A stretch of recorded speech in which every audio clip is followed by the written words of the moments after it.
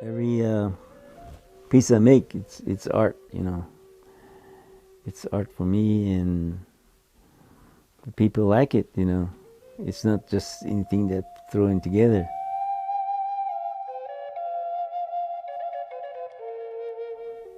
Yeah, I used to go into his shop and just um, work on some, just watch him sometimes.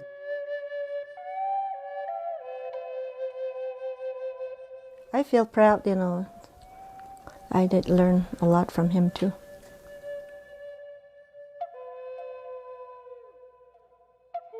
He has some kind of confidence, a euphoria of confidence within him.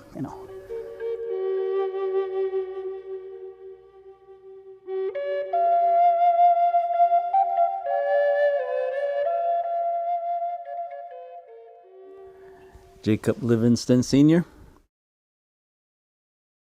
Well, I'm a Kiani, and then my father, he was a Zuni, so I'm half Zuni and half Navajo. Jacob Livingston Sr., commonly known as Jake, is a renowned silversmith whose work is highly regarded wherever he goes.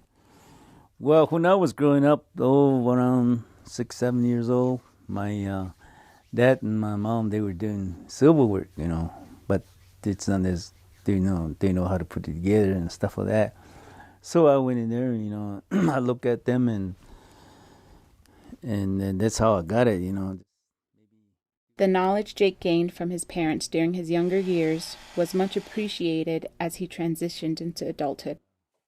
I'm proud of him that he taught us all the family. He taught us, every one of us, and how you gonna be doing this when later on in life. But at that time, I just overlook. But I know how to put it together, and that's how my mom and my father did. I'm proud of them. Jake finished his formal education after studying at Wingate High School and graduated from Winter Rock High School in spring of 1966. Right after my high school year, I didn't know where to go. I just ended up in Gallup, and all my friends, they enlisted in the service, and then so about 6 months later, they came back with the uniform. Why don't you join there? So that's how I did. I joined the Marine Corps.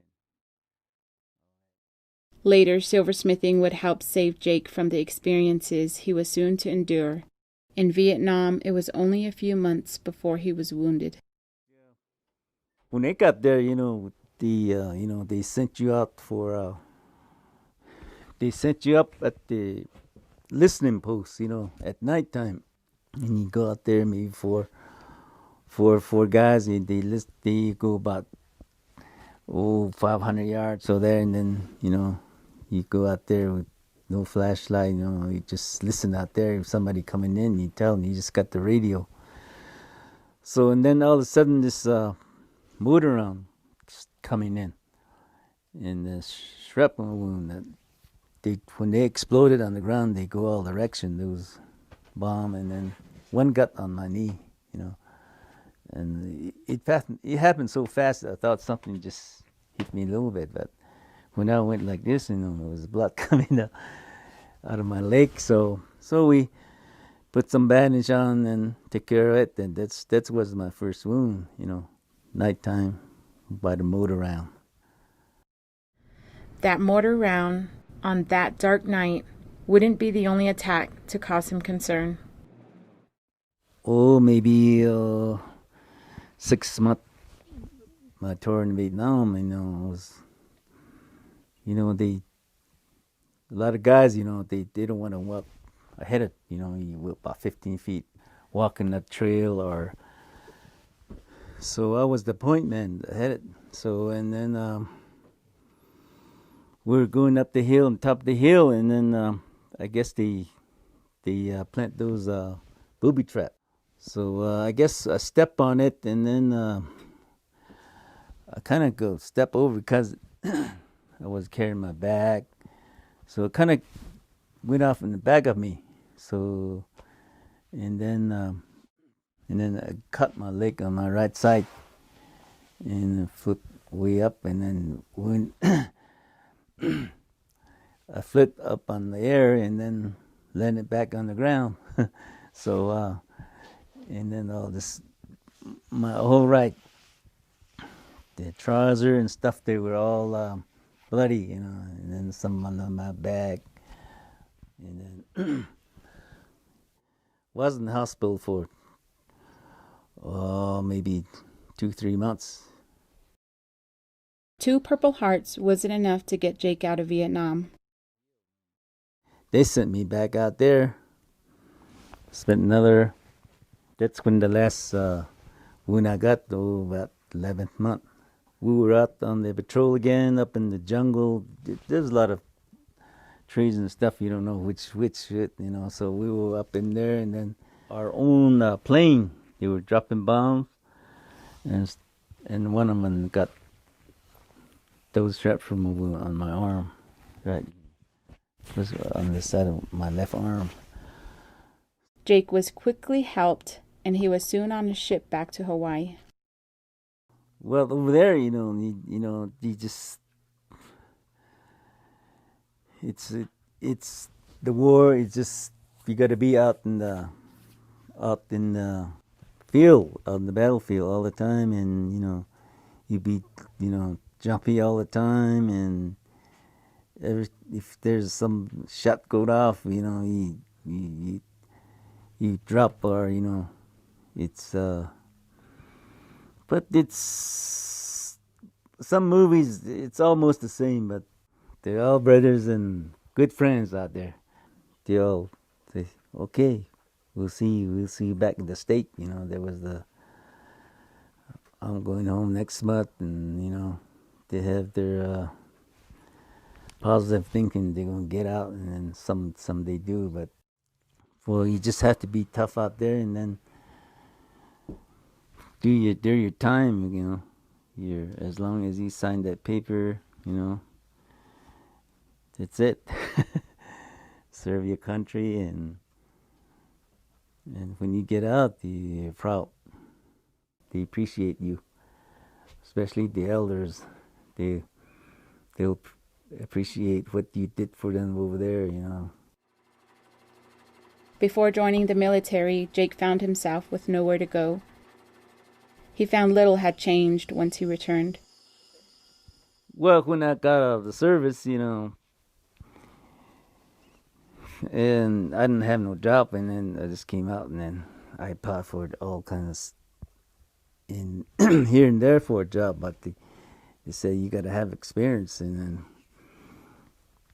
but Navajo police, they took me right away.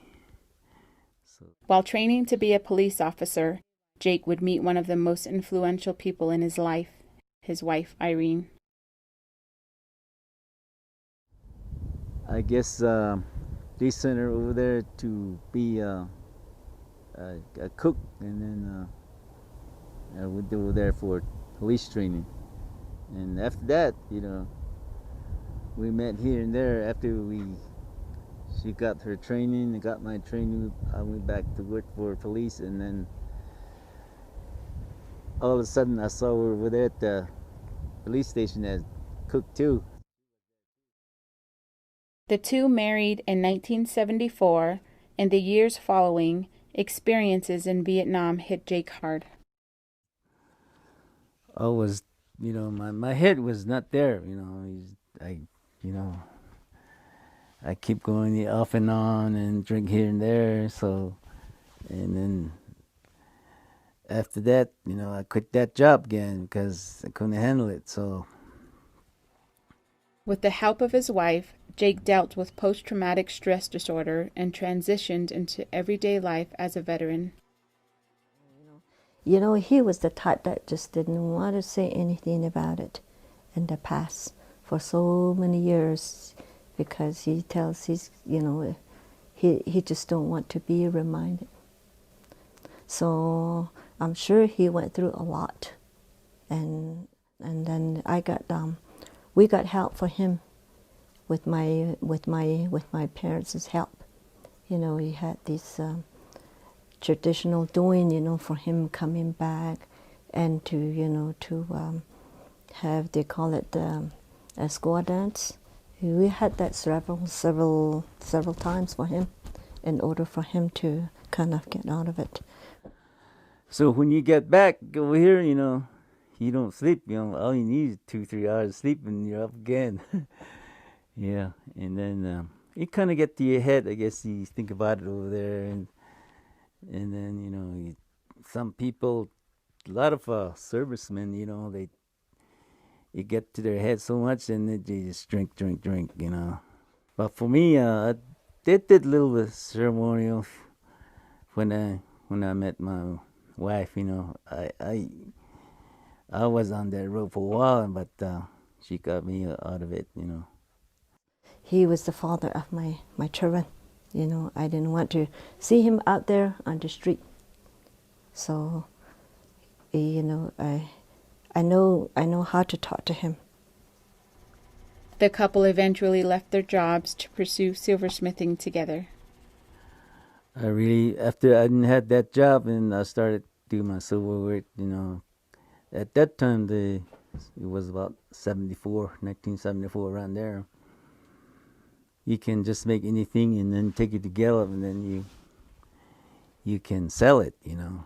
So that interests me real good. Jake's work almost immediately received positive recognition.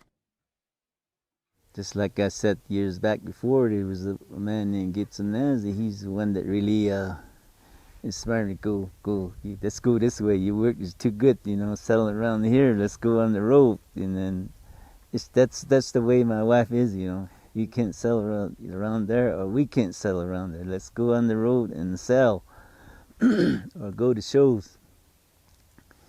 You know, that's how she always talked like that, you know.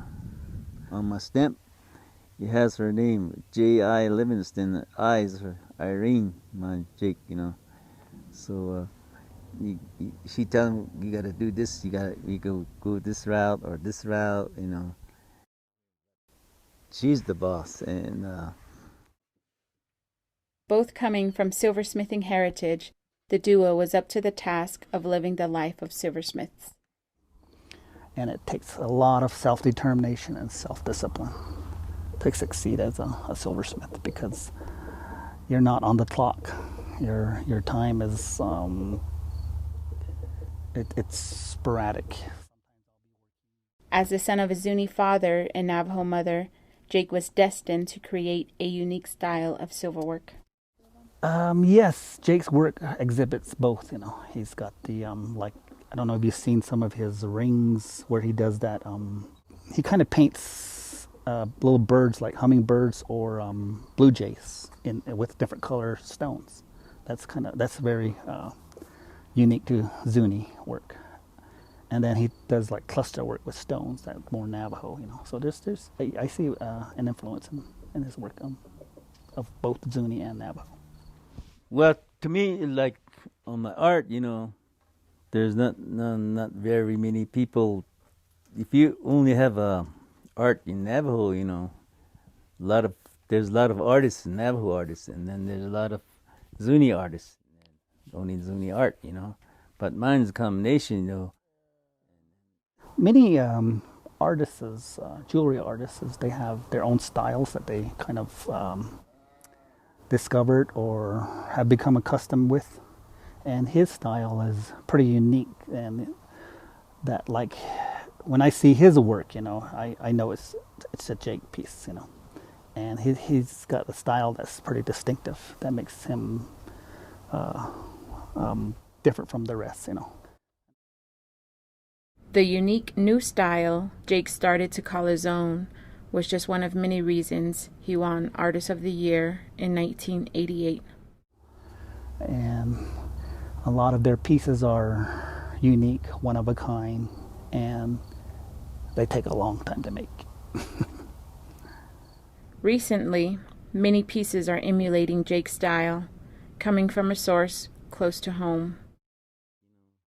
You know, when they're growing up, you know, they're really energized, and you wanted to teach them here and there, But when you kind of get older, and then they get older too, and they're supposed to come back, but just the one coming back, that his name is Jay. J. Jacob Livingston Jr. is one of Jake and Irene's children. He has shown the most interest and promise in making silverwork a family tradition. At one point, Jacob was sharing with his father a booth, And then after, I guess, he started learning the ropes, I could say, he kind of ventured out on his own. Now, when I see him at shows, they have separate booths. And he's learning how to market his own work and make a name for himself. Yeah, I used to go into his shop and just work on some, just watch him sometimes, or then I see something there that I like, I try to make it, and then that's where eventually it start picking up for me. In carrying on the Livingston name, legacy, and workmanship, Jay's work means more to his parents than he knows. Oh, it makes me feel proud, very proud. I'm very happy for him. I always encourage him. I would like my own kids, to carry on their dad's work. And that's what I like, that's what I want for him, especially him, he's always around. Jake's not sure he'll ever completely give up silversmithing, but knows he's done well for his family.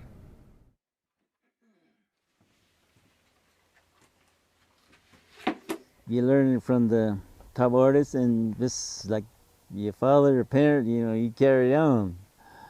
And he's glad that sometimes, just like you say, he asks questions, he hears how to make it and stuff, I like him to carry on my work, being the family.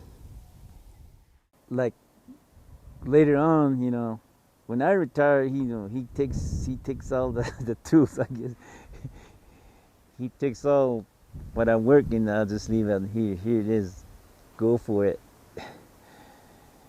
Here's the rope, you can just use it anytime. Yep.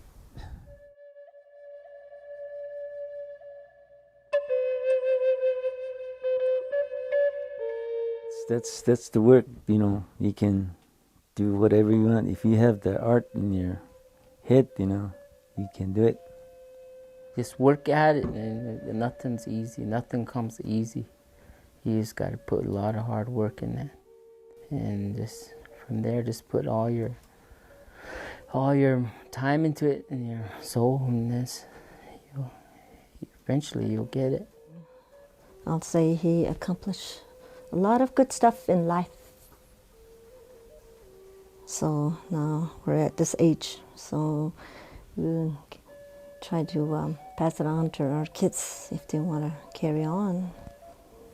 I'm sure they can do it. Well, I guess you just have to work at it,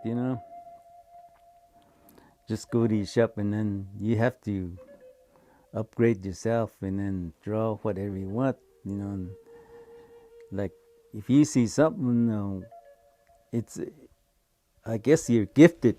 That's maybe that's why, maybe I'm gifted, If I think about it, then I can make it, You have a positive thinking toward what you're going to make, and you keep working on it, and then you'll come out,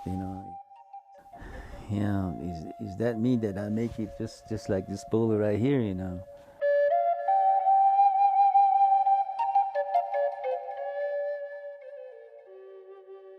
Who else to make that? Like not there, just me, I guess. So that's it.